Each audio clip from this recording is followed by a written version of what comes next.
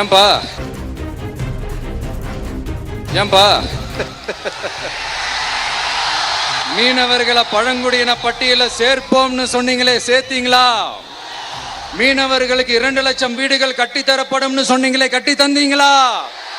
அனைத்து மீனவ கிராமங்களிலும் மீன் உலர்த்தும் தளம் அமைக்கப்படும் சொன்னீங்களே, அமைச்சு கொடுத்தீங்களா?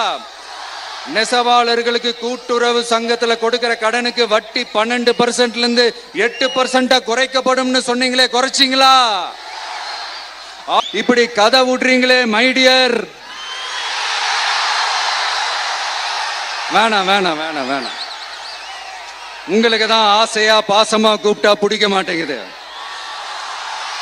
இப்படி கதை விடுறீங்களே மைடியர் சிஎம் சார்.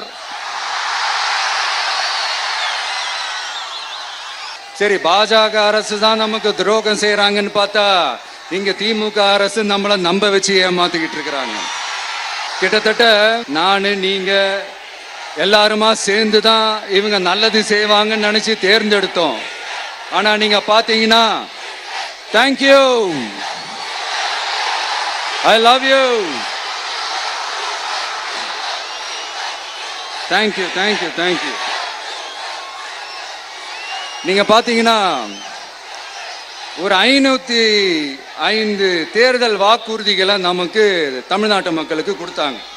அதுல எத்தனை வாக்குறுதிகளை இந்த திமுக கவர்மெண்ட் நிறைவேற்றிருக்கு? முக்காவாசி வாக்குறுதிகளை கூட நிறைவேற்றாம எல்லாத்தையும் நிறைவேற்றிட்டோம் இப்படி கொஞ்சம் கூட மனசாட்சியே இல்லாம இப்படி கதை விடுறீங்களே மைடியர். வேணாம் வேணாம் வேணாம் வேணாம். உங்களுக்கு தான் ஆசையா பாசமா கூப்பிட்டா பிடிக்க மாட்டேங்குது. இப்படி கதை விடுறீங்களே மைடியர் சிஎம் சார்.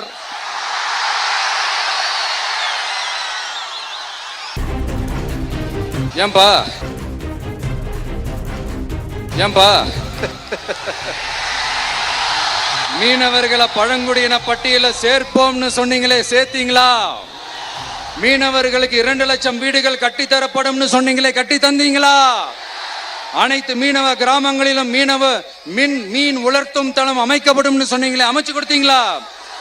நெசவாளர்களுக்கு கூட்டுறவு சங்கத்துல கொடுக்கிற கடனுக்கு வட்டி 12% இருந்து 8% குறைக்கப்படும் சொன்னீங்களே, குறைச்சிங்களா? இப்படி கதை விடுறீங்களே மைடியர். வேணாம் வேணாம் வேணாம் வேணாம்.